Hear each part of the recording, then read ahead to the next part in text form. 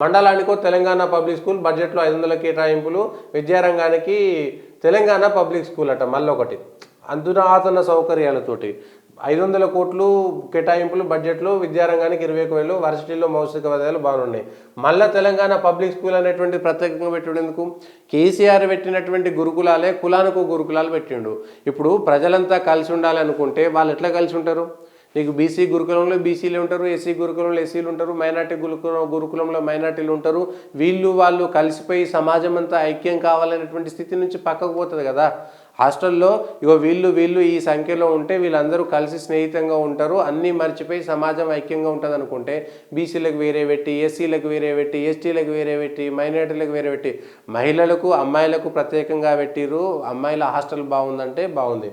మళ్ళీ Telangana public school మండలానికి కొట్టి పెట్టడం ఎందుకు ప్రత్యేకంగా?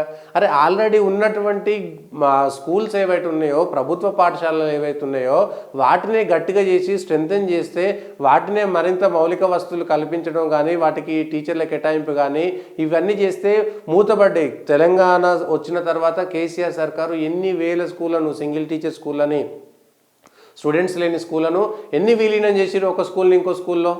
ఆ స్కూళ్ళకు సంబంధించినటువంటి జాగాలు, భూములు, ఇండ్లు అన్నీ ఎక్కడ, బిల్డింగ్లన్నీ ఎట్లా వృధా అయిపోయినాయి. ఇప్పుడు వాటి పరిస్థితి ఏమిటి? ఉన్నటువంటి స్కూళ్ళను, బాగా నడుస్తున్నటువంటి తెలంగాణలో ఉన్నటువంటి ప్రభుత్వ పాఠశాలలనే మరింత మెరుగైనటువంటి సౌకర్యం 1000-2000 ఉన్నటువంటి, అంటే ఎన్నో ఒకటి కట్టేసి ఇది మా ప్రభుత్వం ద్వారా కట్టింది, ఇది మా ప్రభుత్వం కట్టింది. లేని దగ్గర ప్రభుత్వ పాఠశాలలు కట్టడం వేరు, కొత్తగా ఏదైనా చేయొచ్చులే. కానీ ఉన్నటువంటి ప్రభుత్వ పాఠశాలలను స్ట్రెంథెన్ చేయడానికి ఏ సర్కారు కూడా ముందుకు రావడం లేదు. గత 10 సంవత్సరాల నుంచి కూడా అంది. సర్వశిక్ష అభియాన్ నుంచి వచ్చేటువంటి నిధుల నుంచి, జాతీయ స్థాయిలో వచ్చేటువంటి అనేకమైనటువంటి నిధులను కూడా దుర్వినియోగపరుస్తున్నారు. అంటే టీచర్లకు జీతాలు పెంచడం అనేటువంటి ఒక్క మాట చెప్పుకోవడం, టీచర్ల రిక్రూట్మెంట్ లేదు. ఈ అంశాలన్నిటికీ సంబంధించి కూడా ఎందుకు ఒక సమీక్ష చేయడం లేదు? ప్రభుత్వ పాఠశాలలు ఎన్ని, వాటికి సొంతంగా జాగలు ఉన్నాయని, సొంతంగా జాగలు ఉన్న వాటిని కాపాడుకోవడం కోసం అక్కడ పెద్ద పెద్ద స్కూళ్ళు ఉన్నాయి, 500-600 ఒక్కొక్క విలేజ్లో ఉండేటువంటి స్టూడెంట్స్ ఎందుకు తగ్గిపోయారు?